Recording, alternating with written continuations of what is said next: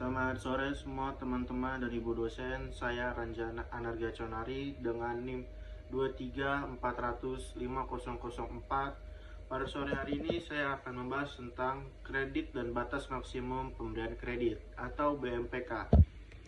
Yang pertama itu adalah pengertian kredit, yaitu kredit merupakan sebuah istilah yang berasal dari bahasa Yunani credere yang berarti kepercayaan. Umumnya kredit memiliki pengertian sebagai suatu kemampuan untuk memberikan pinjaman dengan suatu janji yang akan dibayar sesuai dengan waktu yang disepakati. Sedangkan berdasarkan Undang-Undang Nomor 10 Tahun 1998 tentang perubahan atas Undang-Undang Nomor 7 Tahun 1992 tentang perbankan, yaitu penyediaan uang atau tagihan yang dapat dibersamakan dengan itu berdasarkan persetujuan atau kesepakatan pinjam-meminjam antar bank dengan pihak lain yang mewajibkan pihak peminjam untuk melunasi utangnya setelah jangka waktu tertentu dengan pemberian bunga. Kemudian ada unsur-unsur kredit dan pembiayaan, yaitu yang pertama mengajukan arus tukar menukar barang dan jasa. Yang kedua, dapat mengaktifkan alat pembayaran yang idle. Yang ketiga, dapat menciptakan alat pembayaran yang baru. Yang keempat, itu sebagai alat pengendalian harga. Yang kelima, dapat mengaktifkan dan meningkatkan manfaat, faedah, atau kegunaan potensi-potensi ekonomi yang ada. Kemudian ada jenis kredit yang dilakukan oleh bank, yaitu adalah KPR, atau kredit kepemilikan rumah. Kredit kepemilikan rumah atau KPR merupakan suatu fasilitas kredit yang diberikan oleh perbankan kepada nasabah perorangan untuk membeli atau memperbaiki rumah. Namun, sebenarnya KPR merupakan nama produk kredit perumahan yang pertama kali dikembangkan oleh Bank Tabungan Negara atau BTN sejak tahun 1976. Seiring perkembangan zaman, selain BTN terdapat juga banyak bank yang penyalur KPR, seperti bank-bank BUMN, bank swasta nasional, hingga bank asing. Kemudian ada kredit profesi, yaitu adalah merupakan layanan kredit atau kredit service yang dialokasikan kepada kelompok profesional seperti dokter, pengacara, guru, dan akuntan. Untuk menunjang profesi, tata cara pembayaran kredit biasanya dilakukan secara angsuran pada setiap akhir bulan sesuai dengan batas waktu yang diperjanjikan.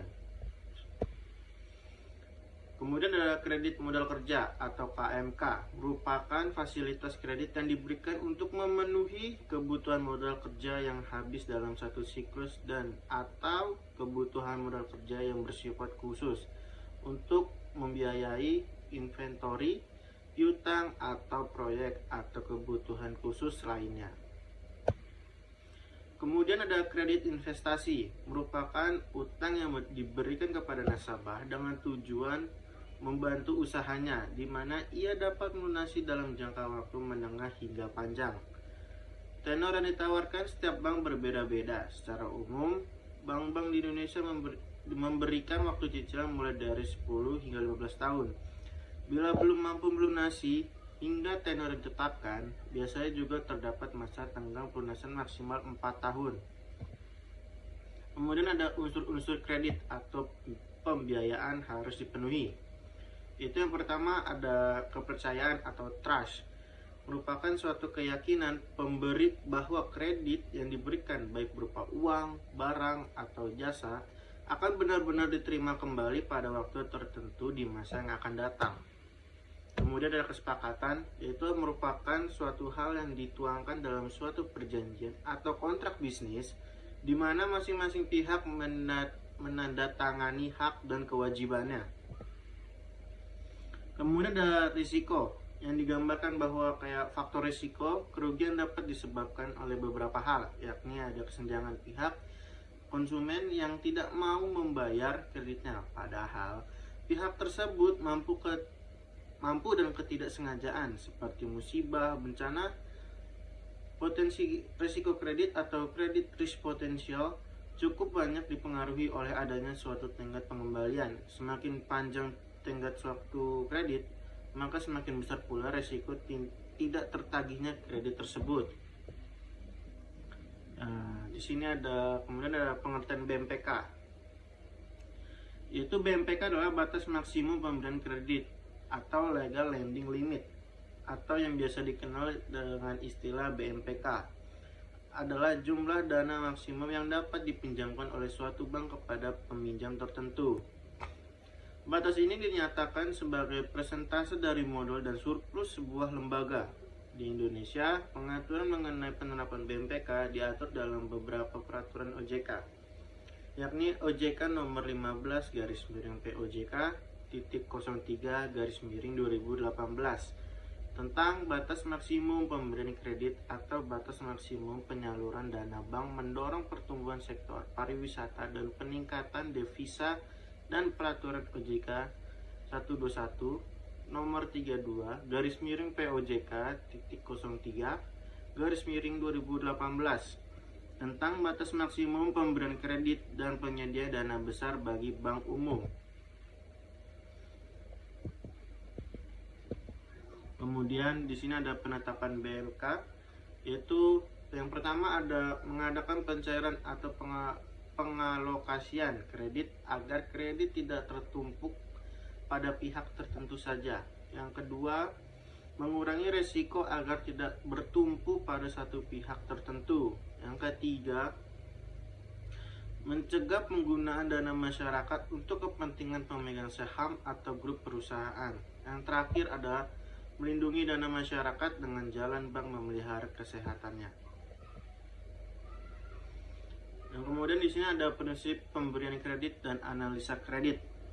Karakter daripada orang yang diberikan kredit harus dipercaya, yang tercermin dari latar belakang nasabah, baik pekerjaan maupun pribadi, seperti cara gaya hidup, keadaan keluarga, hobi, dan pergaulan sosialnya. Kemudian ada capacity, yaitu penilaian berdasarkan metode ini dipakai untuk melihat kemampuan calon nasabah atau debitur dalam membayar kredit yang dihubungkan dengan kemampuannya mengelola bisnis serta kemampuannya mencari laba. Kemudian ada capital efektivitas, yaitu penggunaan modal dapat dilihat dari neraca atau laporan laba rugi dengan melakukan pengukuran terhadap likuiditas, solvabilitas, rentabilitas, dan tolak ukur lainnya. Dan kemudian ada kolateral. Metode ini merupakan jaminan yang diberikan calon nasabah, baik fisik maupun non fisik. Jaminan yang diberikan hendaknya melebihi jumlah kredit yang diberikan. Kemudian ada condition, yaitu penilaian terhadap kondisi ekonomi masa sekarang dan yang mendatang. Merupakan hal yang harus dilakukan penilaian terhadapnya. Nah, kemudian di sini ada metode 5C dan 7P, yaitu personality, yaitu prosedur untuk menilai nasabah dari segi kepribadiannya atau tingkah laku sehari-hari maupun masa lalunya. Party, yaitu prosedur untuk mengklasifikasikan nasabah dalam klasifikasi atau golongan tertentu berdasarkan modal serta loyalitas dan karakternya. Purpose, yaitu prosedur untuk mengetahui tujuan nasabah dalam pengembalian kredit, termasuk jenis kredit yang diinginkan nasabah. Tujuan pengembalian kredit pun bermacam-macam, termasuk dalamnya tujuan konsumtif, produktif, atau perdagangan. Prospek, yaitu prosedur yang dilakukan untuk menilai usaha nasabah di masa mendatang apakah menguntungkan ataukah tidak.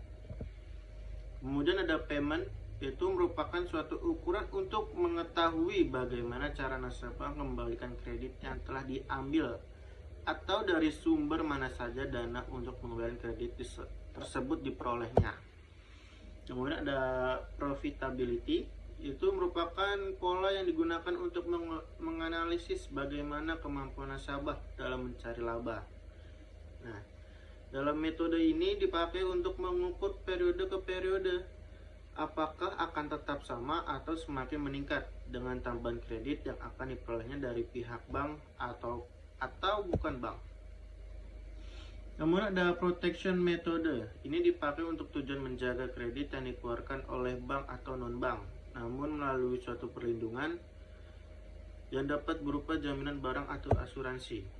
Nah, kemudian di sini ada prinsip 3R. Yang pertama adalah return, yaitu merupakan prinsip yang berkaitan dengan kemampuan yang mendatangkan keberhasilan dari kredit yang diberikan kepada debitur. Kemudian ada repayment, merupakan prinsip yang berkaitan dengan kemampuan debitur dalam mengembalikan kredit. Yang ketiga ada risk, itu merupakan prinsip yang berkaitan dengan kemampuan debitur dalam menanggung risiko ketidakmampuan mengembalikan kredit. Kemudian ada tingkat kolektibilitas, itu ada pertama itu ada kredit lancar, yang kemudian itu ada kredit dalam perhatian khusus atau DPK.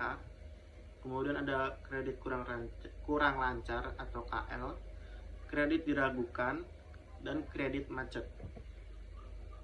Kemudian ada jaminan umum atau jaminan utama dan jaminan tambahan. Di sini meskipun tidak ada konsep hukum tentang jaminan, dalam undang-undang tersendiri, KUH Perdata memuat aturan yang mengatur tentang jaminan secara umum sebagaimana diuraikan dalam pasal 1131 dan 1132 KUH Perdata, di mana menurut pasal 1131 yaitu segala barang-barang bergerak dan tak bergerak milik debitur baik yang sudah ada maupun yang akan ada menjadi jaminan untuk perikatan perorangan debitur itu. Kemudian ada kesimpulannya, yaitu kredit adalah pinjaman yang diberikan oleh bank berdasarkan kepercayaan dan kesepakatan pembelian beserta bunga dalam jangka waktu tertentu. Kredit memiliki fungsi penting untuk menggerakkan memiliki aktivitas. Maksud saya itu adalah aktivitas ekonomi, arus pembayaran, dan pengendalian harga. Jenis kredit yang umum meliputi KPR, kredit profesi, kredit modal kerja, dan kredit investasi. Unsur utama kredit terdiri dari kepercayaan, kesepakatan, jangka waktu, risiko, dan balas jasa. Untuk mengendalikan risiko diberlakukan batas maksimum pemberian kredit atau BMPK yang membatasi maksimum dana yang dapat dipinjamkan ke satu pihak sesuai persentase modal bank guna menjaga kesehatan bank dan melindungi dana masyarakat.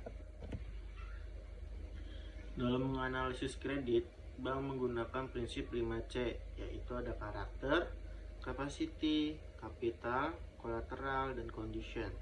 Dan 7P. Dan 7P ini adalah personality, party, purpose, prospect, payment, probability, dan protection.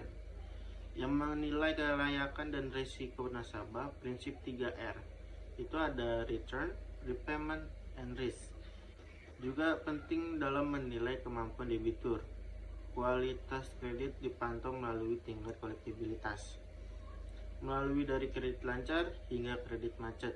Jaminan kredit diatur dalam KUH Perdata yang menyatakan bahwa seluruh barang milik debitur dapat menjadi jaminan, baik yang sudah ada maupun yang akan datang, untuk melindungi hak bank dan menjaga kesehatan sistem perbankan secara keseluruhan. Untuk sekian dan terima kasih.